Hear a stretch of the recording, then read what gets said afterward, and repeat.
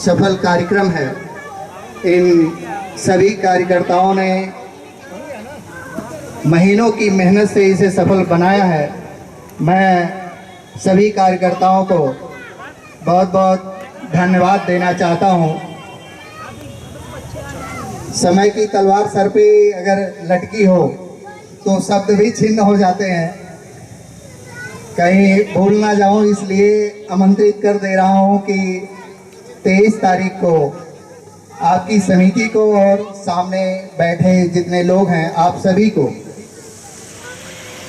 सावन park, Guru Ravidas मंदिर, Ashok Vihar, Sundarlal Jain hospital के पास ऐसा ही बड़ा सुंदर जन्म उत्सव मनाया जाएगा, जिसमें किसी पार्टी या किसी धर्म की बातें नहीं होती हैं।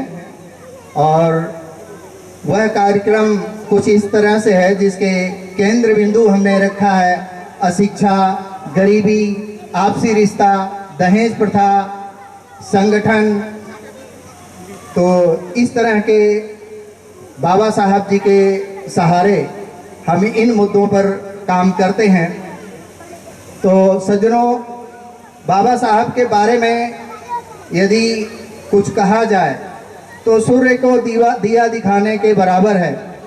और हम 2-4 मिनट में क्या इस विषय पर बोल पाएंगे, लेकिन कुछ बातें जरूर बोलेंगे।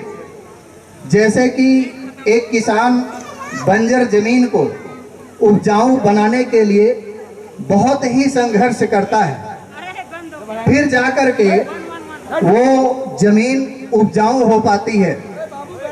ठीक उसी तरह से 65 साल 7 महीना 22 दिन के अपने जीवन काल में बाबा साहब डॉक्टर अंबेडकर ने इस दलित रूपी समाज को उपजाऊ बना दिया है। साथियों, बाबा साहब डॉक्टर भीमराव अंबेडकर एक ऐसे इतिहास पुरुष का नाम है जिन्होंने दलितों को सम्मानजनक स्थान दिलाने के लिए अपने प्राणों की बाजी लगा दी। यह नाम भारतीय प्रजातंत्र में सदा सम्माननीय रहेगा, क्योंकि भारत का संविधान इसी महापुरुष की देन है। बाबा साहब डॉक्टर भीमराव अंबेडकर जी का जीवन विवरण लिपिबद्ध है। प्रत्येक नौजवान को इस जीवन से प्रेरणा लेनी चाहिए। साथियों, जब तक पढ़ोगे नहीं तब तक बढ़ोगे नहीं। एक घटना की जिक्र करते हैं छोटी सी, कि 1935 में जब बाबा साहब ने यह बात बोली थी कि मैं हिंदू धर्म में पैदा हुआ लेकिन हिंदू धर्म में मरूंगा नहीं, तो हैदराबाद के निजाम ने बाबा साहब को ऑफर दिया था कि मैं 4 करोड़ रुपए आपको देने के लिए तैयार हूं, आप अपने समाज को लेकर के इस्लाम धर्म कबूल कर लीजिए। बड़े गौर से सुनिएगा, उस बात को सुन करके बाबा साहब डॉक्टर अंबेडकर ने जवाब क्या दिया था। उन्होंने कहा था कि मेरा समाज कोई भेड़ बकरी नहीं है जो इनका मैं सौदा कर दूं। 4 करोड़ रुपए को उन्होंने 4 पैसे की वैल्यू नहीं दी। जिस समाज को संगठित करने के लिए आप इस तरह की तमाम समितियां बनाए हैं, उस समाज की कीमत बाबा साहब की नजरों में क्या थी? याद करिए, जरा पीछे चले जाइए कि 1935 में 4 करोड़ की वैल्यू क्या रही होगी।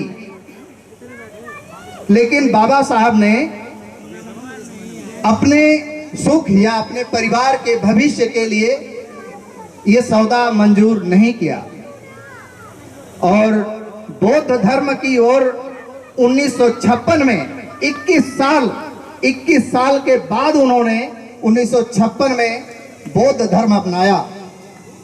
उस बौद्ध धर्म को हम सुनते तो हैं मंच पे, लेकिन किताबें हमारे हाथों में आती नहीं कि बाबा साहब ने यह बौद्ध धर्म अपनाया क्यों। हम यहां से मंच से कितना बोल सकते हैं बताइए। 65 साल 7 महीने 22 दिन 18 घंटे पढ़ने वाले व्यक्ति ने जो किताबें लिखी है उसको हम चंद मिनटों में कैसे पहुंचा सकते हैं आपके पास? नहीं पहुंचा सकते। इसके लिए आपको पढ़ना ही होगा, बाबा साहब को जानना ही होगा।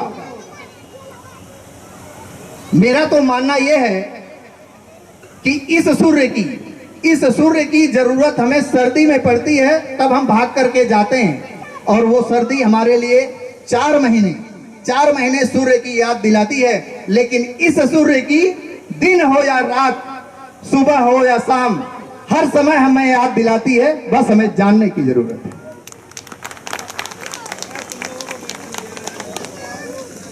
अभी टीना धाबी जी ने बोला, बाबा साहब की जयंती पर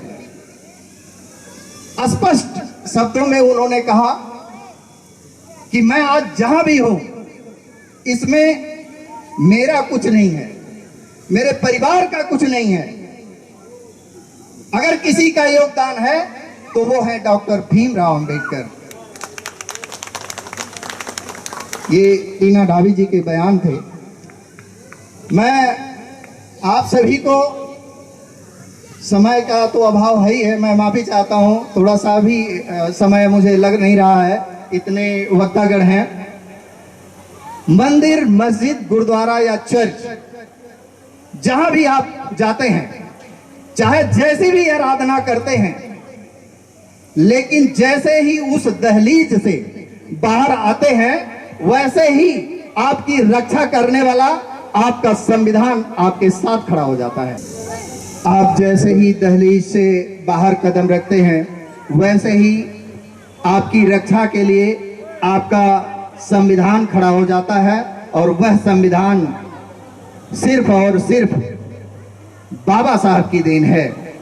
और आज अभी हमारे बीच में एसएचओ साहब जो बोल रहे थे, बाबा साहब किसी व्यक्ति विशेष या किसी जाति के नेता नहीं थे, यह बिल्कुल सत्य है। और यदि हम बाबा साहब को अलग करते हैं तो कहीं न कहीं बाबा साहब के त्याग, बाबा साहब के समर्पण, बाबा साहब की करुणा, बाबा साहब की प्रज्ञा पर हम खुद ही सवाल उठाते हैं। तो जो भी अंबेडकरवादी अपने आप को मानता है, वो सबसे पहले जाति और धर्म से हट करके बाबा साहब के विचारों पर चले। यही मेरी प्रार्थना है। एक दिन जागने से कुछ नहीं होता, आपको रोज जागना पड़ेगा, तब जाकर के कुछ हो सकता है। इन्हीं शब्दों के साथ मैं आप सभी से विदा लेता हूं। बहुत बहुत धन्यवाद।